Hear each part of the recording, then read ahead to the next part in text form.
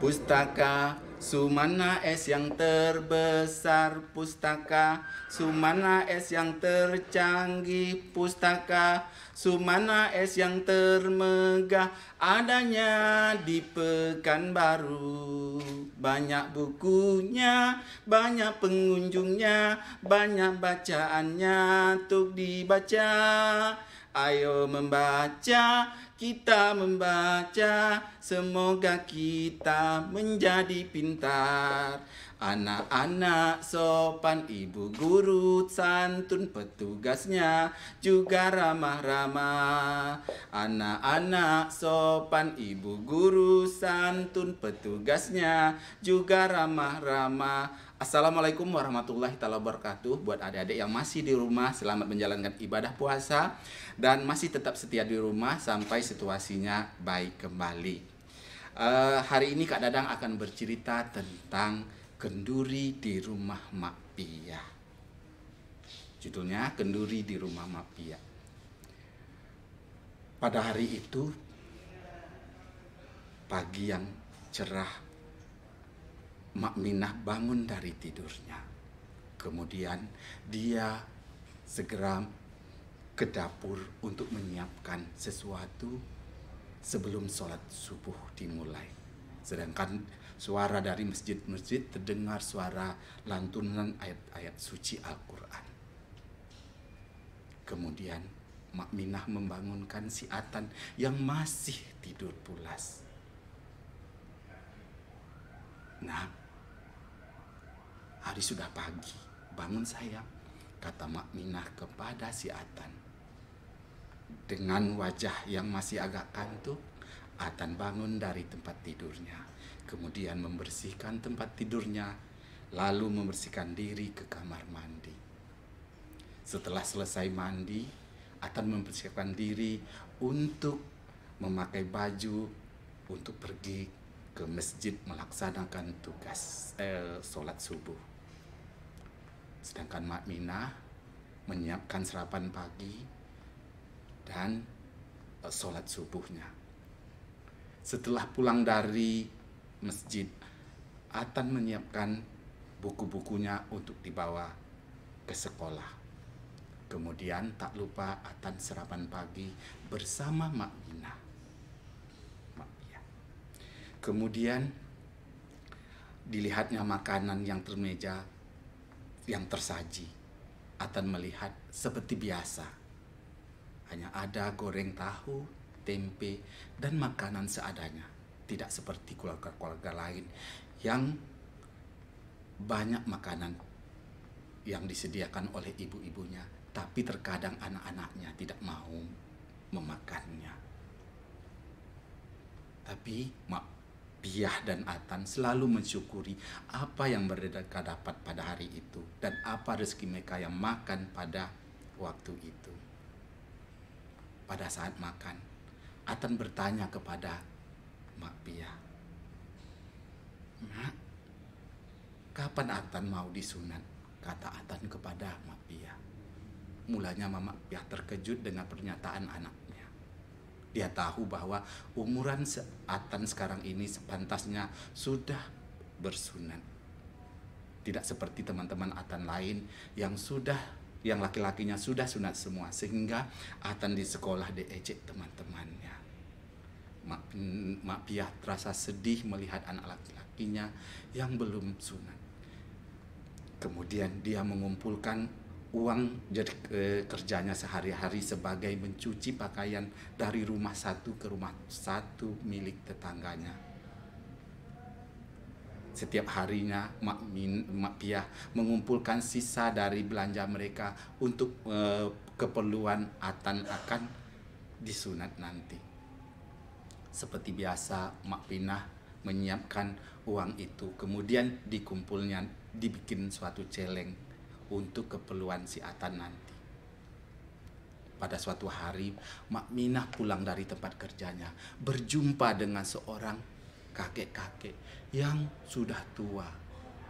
Kakek itu kelihatan tak berdaya dan lapar. Kakek itu berkata, "Nah, kasihlah kakek makan. Udah berapa hari kakek tidak makan? Kata lelaki tua itu kepada Mak Piah. Mak Piah merasa hibah melihat kakek itu yang kelihatan lapar, udah beberapa hari tidak makan. Kemudian dengan tidak berpikir panjang, Mak Piah mengasihkan uang tabungannya hari ini yang diperlukan untuk si Atan untuk kakek tua itu. Betapa gembiranya kakek tua itu karena diberikan uang seberapa adanya oleh Mak Piah. Terima kasih nak atas pemberianmu. Semoga Allah akan membalas jasa-jasamu. Begitulah hari besoknya dan berikutnya, 3 hari berturut-turut kakek itu masih ada di sana setiap Mak Piah pulang dari tempat kerjanya. Begitu juga dengan murah hati Mak Piah mengasihkan tabungannya itu untuk keperluan orang kakek tersebut.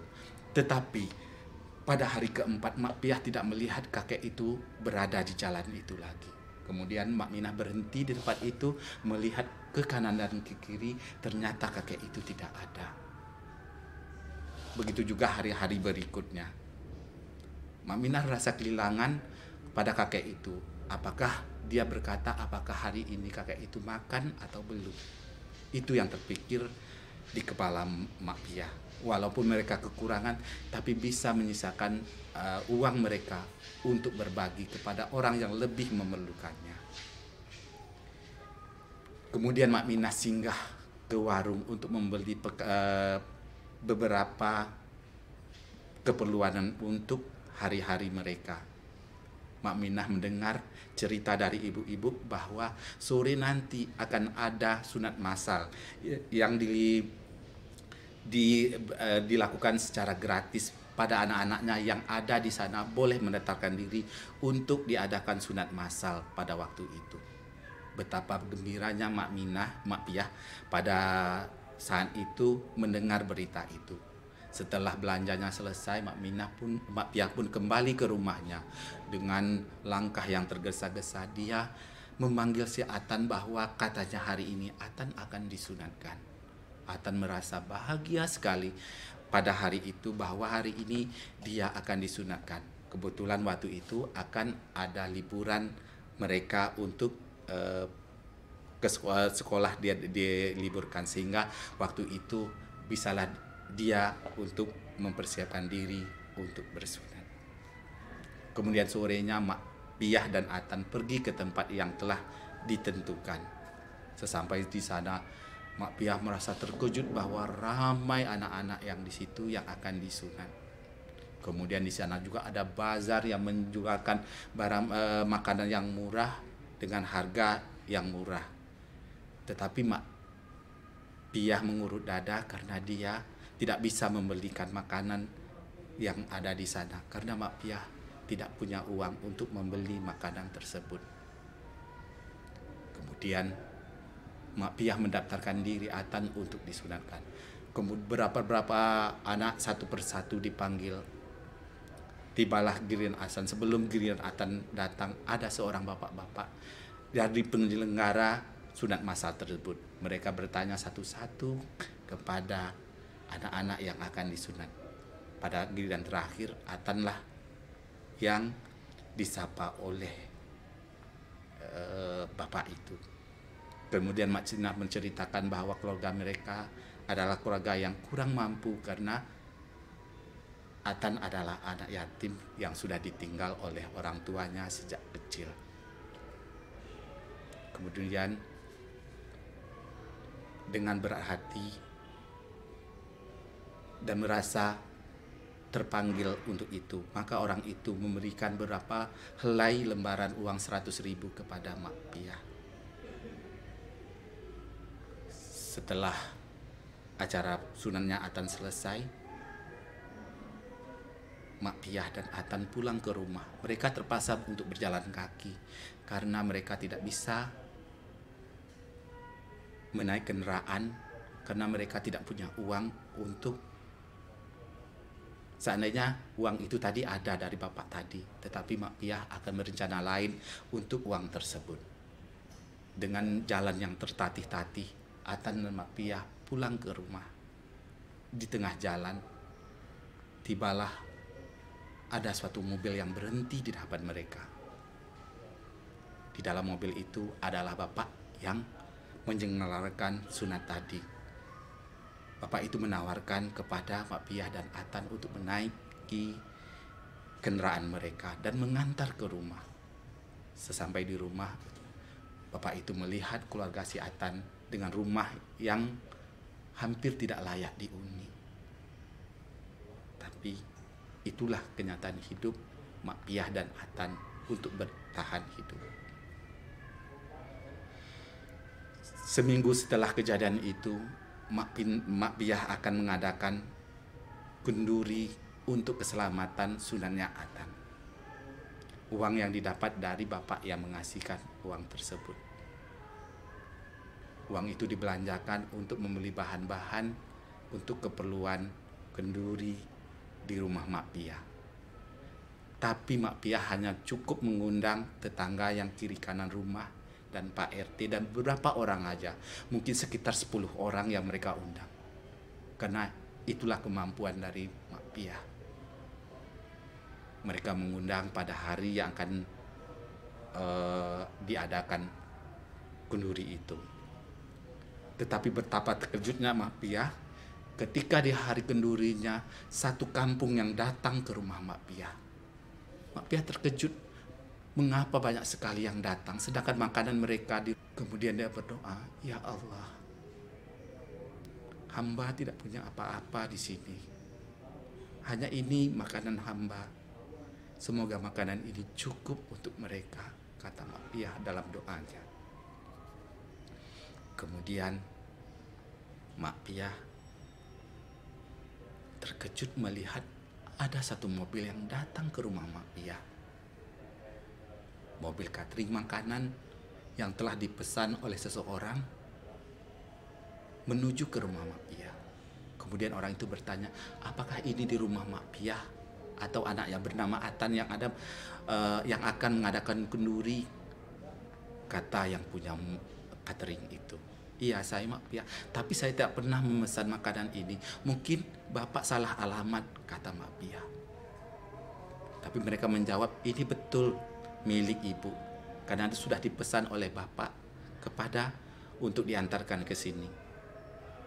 Dan Bapak juga telah mengundang mereka di sini untuk datang ke sini di kendurinya Atan."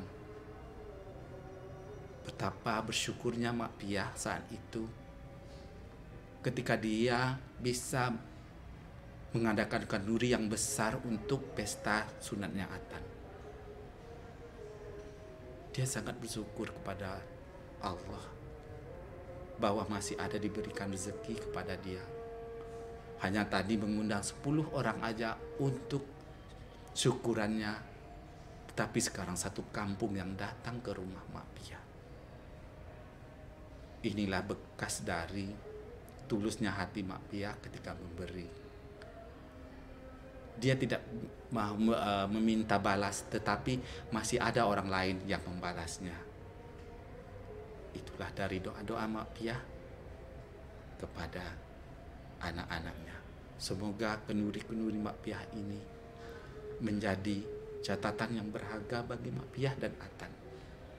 Karena Atan melihat orang lain, seandainya ada sunatan mereka membuat acara yang besar-besaran, tetapi Atan juga hari ini bisa membuat acara yang besar.